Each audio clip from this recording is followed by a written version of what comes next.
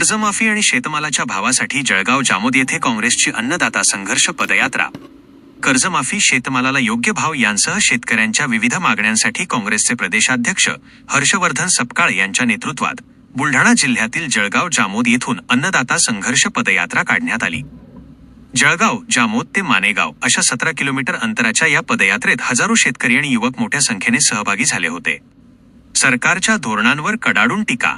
केंद्र सरकारने केलेल्या आंतरराष्ट्रीय व्यापारी करारामुळे देशातील शेतकरी देशोधडीला लागला आहे असा आरोप या प्रसंगी करण्यात आला।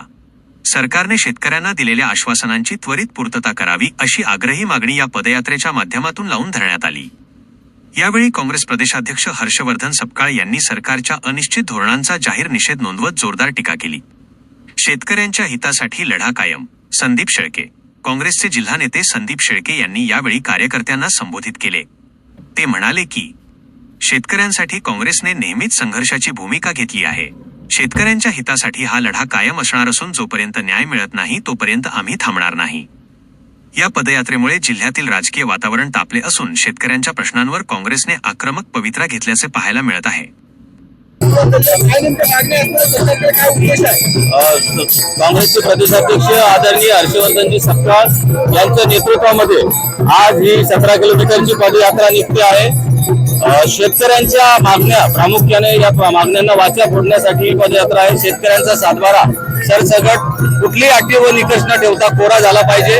शेती साहित्य हे जीएसटी करमुक्त झालं पाहिजे। शेतमालाला हमी भाव मिळाला पाहिजे आणि सोयाबीनला 8,000, कापसाला 12,000 रुपये प्रति क्विंटल भाव मिळाला पाहिजे। आदिवासींचा स्थानिक पुरावे ग्राह्य धरून जातीचे दाखले त्यांना मिळाले पाहिजे आणि ट्रेड डील रद्द झाली पाहिजे। अशा विविध मागण्यांसाठी आदरणीय दादांच्या नेतृत्वामध्ये पदयात्रा निघते आहे।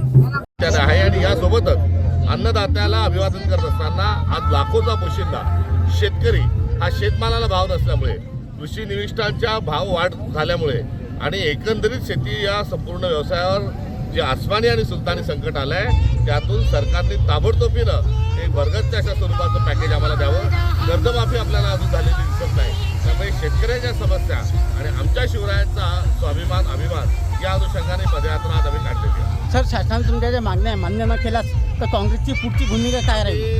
एल्गार पुकारलेला आहे, संघर्षाची आमची भूमिका आहे, रस्त्यावर आम्ही उतरलेलो आहे आणि आज ही 11वी पदयात्रा आहे। आगामी काळात या जिल्हा स्तरावरती आणि सरतेशेवटी आम्ही थेट राजधानी मुंबई या ठिकाणी पोहोचतो। अशा प्रकारे संपूर्ण देशात संतापाची लाट पसरली आहे, काय म्हणा? बाल लैंगिक शोषणाच्या अनुषंगानं दुर्दैवाने अलीकडच्या काळात वारंवार घटना घडत आहेत। निर्भया कांडाच्या नंतर जे कायदे तयार झाले ते आज काम करत नाही।